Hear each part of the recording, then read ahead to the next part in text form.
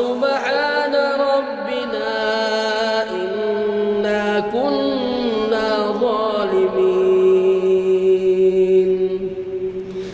فأقبل بعضهم على بعض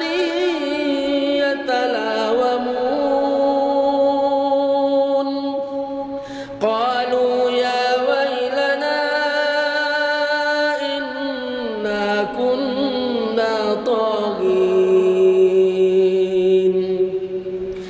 عسى ربنا أن يبدلنا خيرا منها إنا إلى ربنا راغبون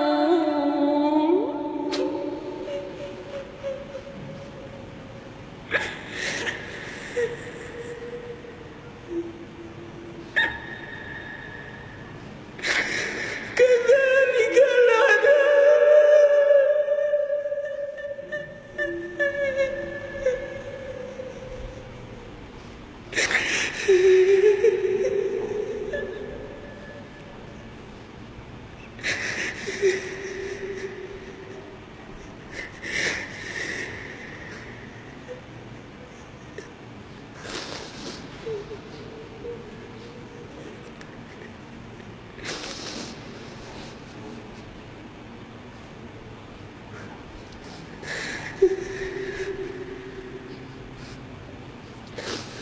كذلك العذاب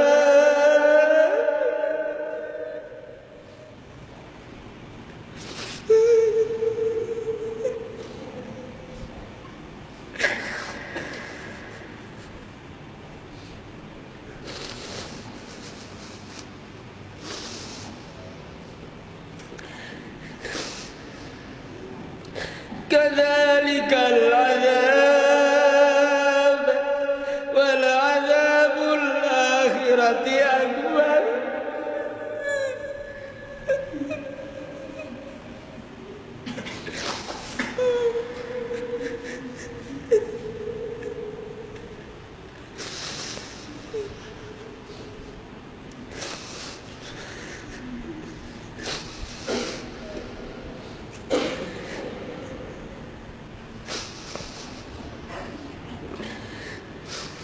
كذلك العذاب ولعذاب الآخرة أكبر لو كانوا يعلمون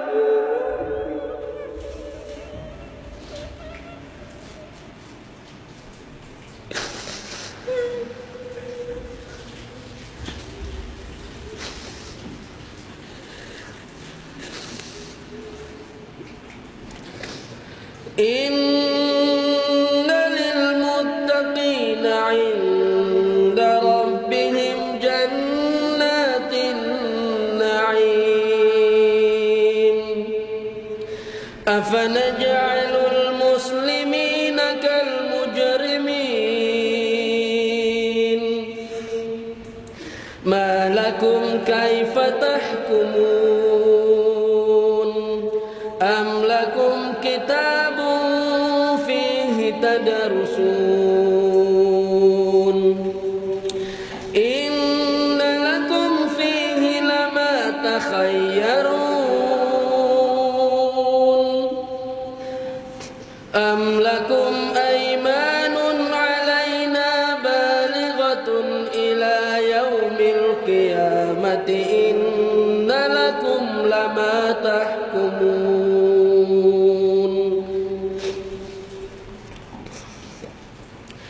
سلهم أيهم بذلك زعيم أم لهم شركاء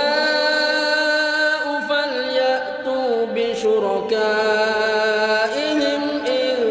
كانوا صادقين يوم يكشف عن ساق ويدعون إلى السجود فلا يستطيعون خاشعة أبصارهم ترهقهم ذلة وقد كانوا يدعون إلى السجود وهم سالمون فذرني ومن يكذب بهذا الحديث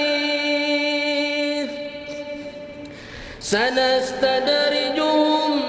من حيث لا يعلمون وأملي لهم إن كيدي متين أم تسألهم أجرا فهم من مغرم مثقلون أم عندهم الغيب فهم يكتبون فاصبر لحكم ربك ولا تكن كصاحب الحوت إذ نادى وهو مكذوم لولا أن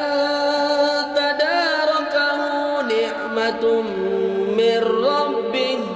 لنبذ بالعراء وهو مذموم فاجتباه ربه فجعله من الصالحين وإن يكاد الذين كفروا ليزلقونك بأبصارهم لما سمعوا الذكر ويقولون إنه لمجنون وما هو إلا ذكر للعالمين.